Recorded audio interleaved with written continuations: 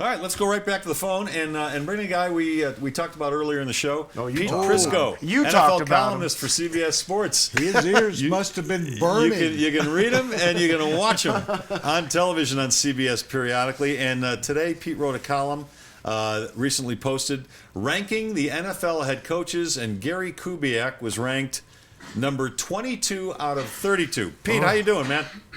I'm good. What, are you guys killing me or something? No. I just one of us, and I won't say his name, but his initials are L. Rhymes with Hess Shapiro. No, come on. Pete, I wasn't killing you. I just said I thought Gary got a little bit of short shrift in your column today. You had him at number 2, and I thought maybe he should have been ahead of Mike Zimmer, who has 1 year as a head coach and no playoff appearances, or maybe a Bill O'Brien, 1 year, no playoff. And I get it. Bill O'Brien had a pretty good year, but it's a very small sample size. So, if you will, for those Bronco fans who are ready to jump off a bridge, That's the last straw of the Prisco list. because they read your column, tell us why Gary was number 22. Well, first off, if that makes them jump off a bridge, they better reevaluate who they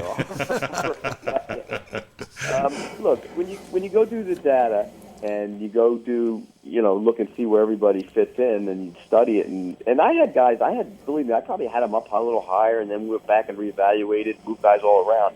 It's hard to do. I think there's a group of guys in that same little area right there that you could probably, between 17 and 23, 24, where you could kind of move them around and most people would have no problem with it. Bill O'Brien I put up there because I think what Bill O'Brien did last year was fantastic, and I think he's a rising star in the league. I really do. I went and spent time with them last summer, and I thought they'd have 3 wins. I didn't think they were a very good football team. And I'm a big believer in what he did at Penn State. I'm a big believer in what he's going to do in Houston. That's why I put him where he was. So I know people would take exception to that one, but I'm pretty steadfast in that belief. I think Mike Zimmer's a heck of a football coach. In fact, some of the guys I was talking with, when I went through this list with them, some of the writers and stuff, after it came out, they said that they thought Mike Zimmer should be higher than Marvin Lewis, and I kind of argued with them on that one. But Gary, Gary did some good things at Houston, but when you look at the overall body of work, that record kind of stands out a little bit for me. Yeah, I agreed with you, Pete, and see, I want to get on the good side that he didn't come here and go. Well, it's not like I put Gary in the top 10. But I had him up 3 or 4 spots. Yeah, I agreed with you because really I thought he underachieved at Houston the last 3 years, given the talent that they had down there.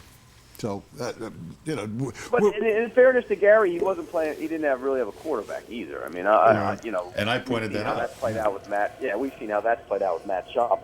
They thought he was a franchise quarterback, and the reality is he never was and never will be. Yeah, but they didn't want Peyton Manning, who wanted to go to Houston. Right. So I don't know if that was Gary's decision, though. well, it was a decision that was probably franchise-wide.